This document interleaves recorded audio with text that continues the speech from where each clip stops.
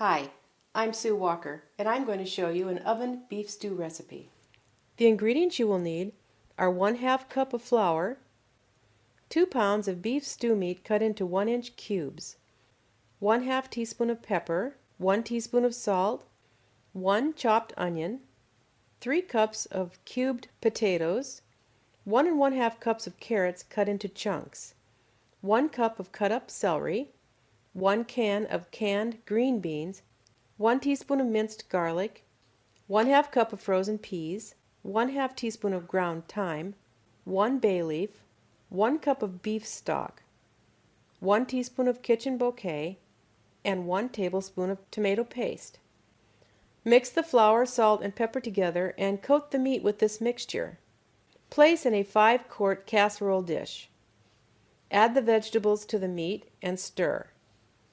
Now we add the seasonings to the meat and vegetables and stir again.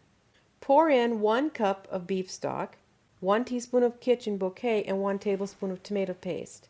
Bake for 5 hours at 300 degrees. After it's done, remove the bay leaf. And that is an oven beef stew recipe.